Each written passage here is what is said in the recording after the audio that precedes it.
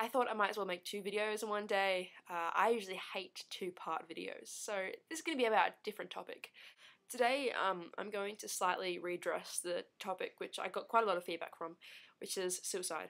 And I will repeat myself and say it's a very uncomfortable topic for many people, and if you are kind of sensitive to this sort of stuff, then I would advise leaving, because there's no point getting upset over a video which doesn't go for very long and probably doesn't mean too much.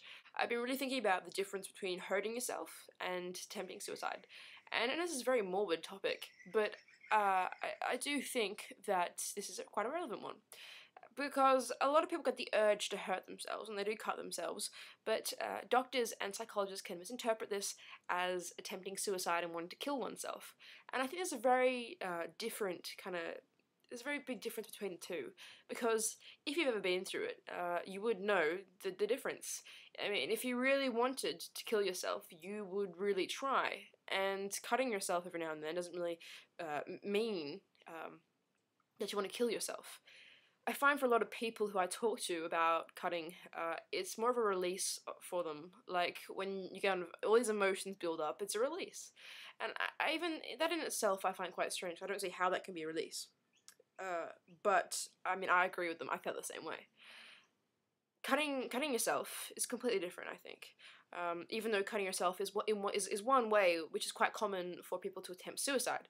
I don't want to get into that, because that's a little bit too heavy for a Tuesday afternoon vlog.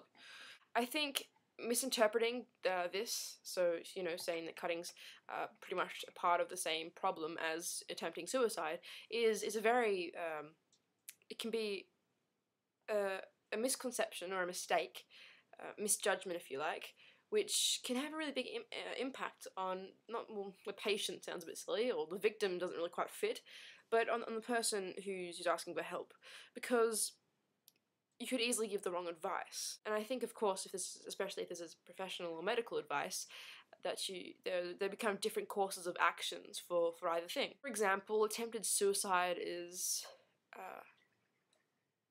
a lot more serious, I feel.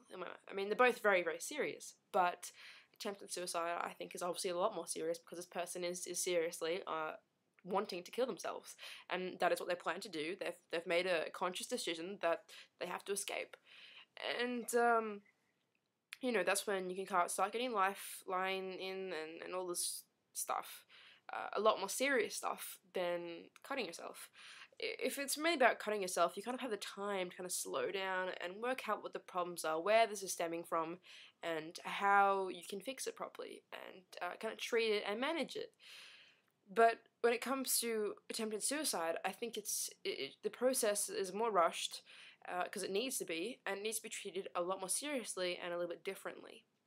So either way, it's bad if you get the two kind of merged into one problem, because it's not the same problem in my eyes.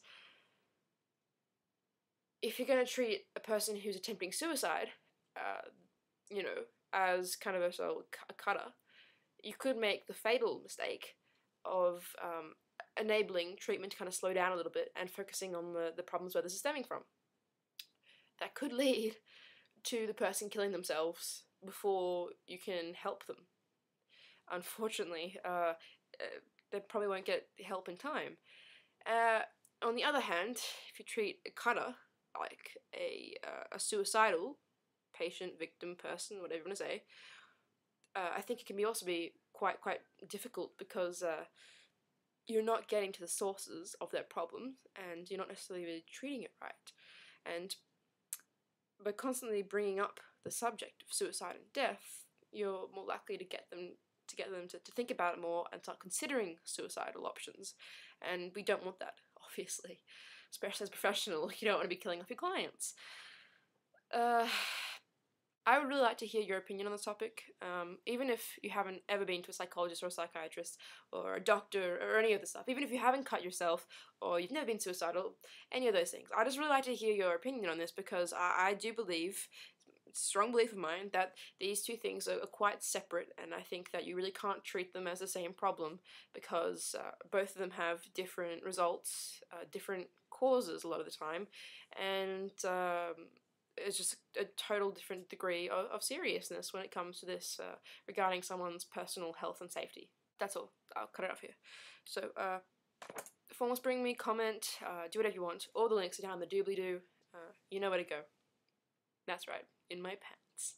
Over and out, Scouts. Stay safe.